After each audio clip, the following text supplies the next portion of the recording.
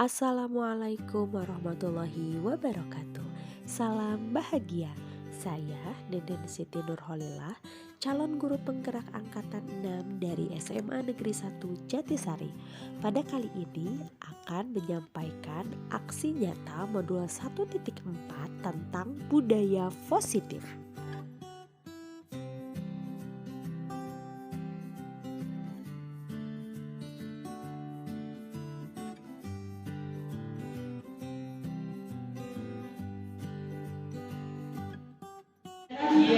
Di CGP. Baik, bismillahirrahmanirrahim. Assalamualaikum warahmatullahi wabarakatuh. Bapak Kepala Sekolah SMA Negeri 1 Jatisari, Bapak Dr. Haji Ahmad Sadikin SEMSI yang kami hormati, Bapak Ibu Guru Wakasek SMA Negeri 1 Jatisari yang kami hormati, dan Bapak Ibu Guru yang kami hormati. Baiklah, bismillahirrahmanirrahim. Pada kesempatan kali ini saya Neden Siti Nurholilah, calon guru penggerak angkatan 6 dari SMA Negeri 1 Jatisari, akan coba untuk sharing dan juga melaksanakan aksi nyata modul 1.4 tentang budaya positif. Nah, Bapak Ibu, adapun yang saya angkat dalam presentasi kali ini yaitu bagaimana mewujudkan motivasi belajar, terutama motivasi intrinsik atau motivasi yang berasal dari dalam diri siswa. Ya, nah ini berdasarkan pada kesadaran, ambisi dan niat dari dalam diri siswa. Karena motivasi intrinsik ini biasanya bersifat jangka panjang. Nah, Bapak Ibu, memang sekolah kita ini sudah menerapkan budaya positif ya, Bapak Ibu. Tapi mungkin di sini jelaskan bahwa budaya positif berfungsi untuk memotivasi belajar siswa dari dalam dirinya. Nah, kemudian ini adalah tujuan kegiatan. Yang pertama ada mendiseminasikan budaya positif kepada rekan sejawat. Kemudian menanamkan konsep elaborasi sebagai guru penggerak. Yang ketiga, menciptakan lingkungan belajar yang ramah anak. Dan yang keempat, menanamkan karakter profil pelajar Pancasila. Nah, Bapak Ibu, untuk mewujudkan motivasi intrinsik di dalam diri siswa itu diperlukan budaya positif.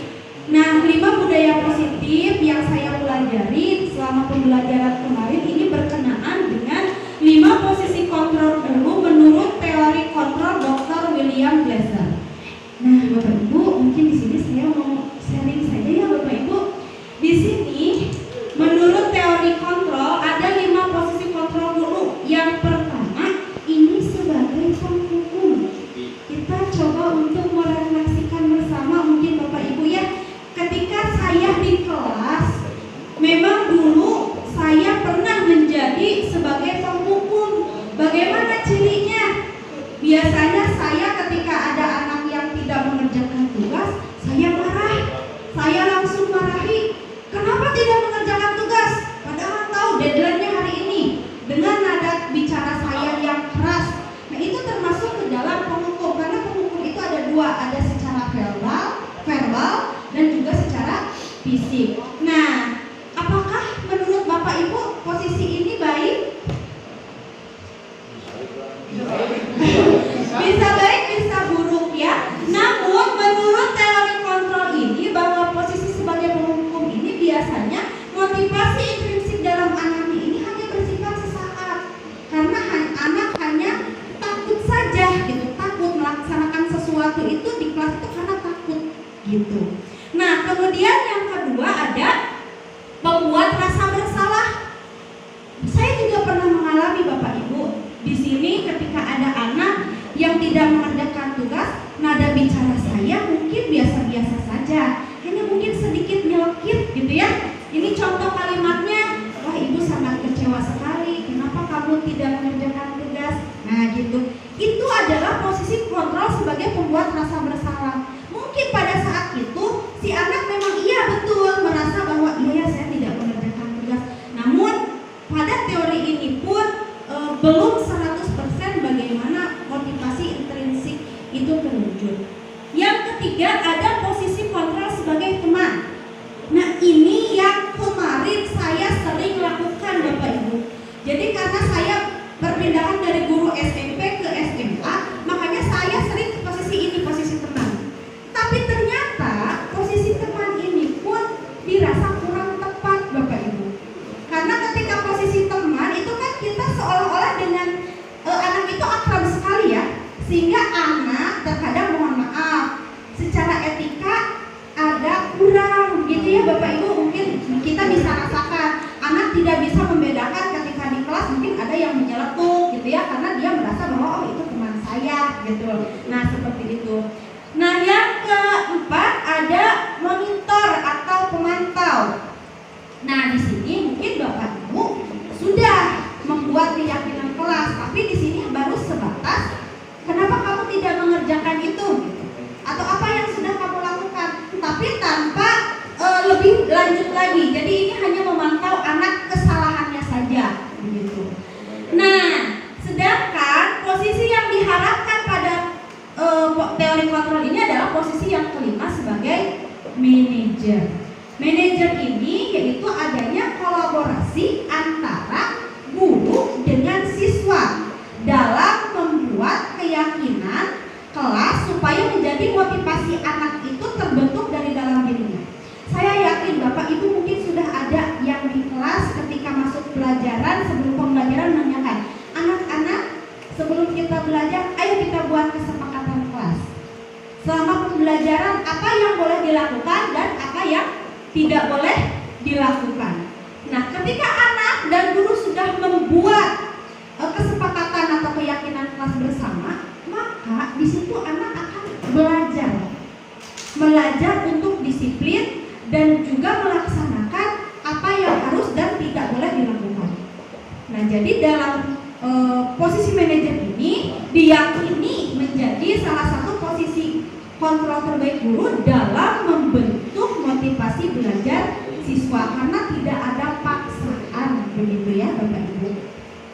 Nah, selanjutnya dalam menghadapi sebuah masalah dari hasil pembelajaran saya selama 2 bulan kemarin, saya menemukan yaitu segitiga restitusi untuk menumbuhkan disiplin positif. Nah, apa itu restitusi? Restitusi ini merupakan sebuah proses kolaborasi yang mengajak siswa untuk mencari solusi dari masalah yang dihadapinya. Restitusi membantu siswa untuk jujur pada diri sendiri dan mengevaluasi dampak dari kesalahan yang dilakukan. Segitiga restitusi ini ada 3 tahapan Bapak Ibu. Yang pertama yaitu menstabilkan identitas. Jadi anak itu ditanya dulu, tadi kamu melakukan kesalahan apa gitu ya. Kemudian validasi tindakan yang salah. Itu ditanyakan apa alasannya begitu. Dan yang ketiga yaitu menanyakan keyakinan kelas. Setelah itu kita memberikan motivasi kepada anak tentang keyakinan kelas dan bagaimana dia supaya tidak melakukan halnya lagi. Jadi dalam segitiga restitusi ini alangkah lebih baiknya Bapak Ibu ketika kita menemukan masalah di kelas itu tidak diselesaikan di kelas di depan anak, tetapi kita bisa panggil siswanya mungkin ke ruangan kita gitu ya. Kemudian diajak ngobrol 4 mata begitu. Pertama ditanyakan dulu kesalahannya apa. Dari situ si anak sudah bisa mengidentifikasi, oh iya kesalahan saya itu seperti ini. Kemudian jangan langsung menjudge Bapak Ibu, tapi ditanyakan dulu alasannya. Kenapa bisa melakukan hal tersebut?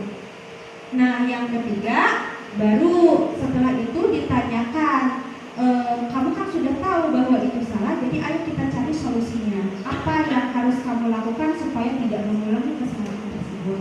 Nah, itu Bapak Ibu kegiatan segitiga restitusi yang saya dapatkan dalam pembelajaran calon guru penggerak selama 2 bulan itu. Itu saja Bapak Ibu yang saya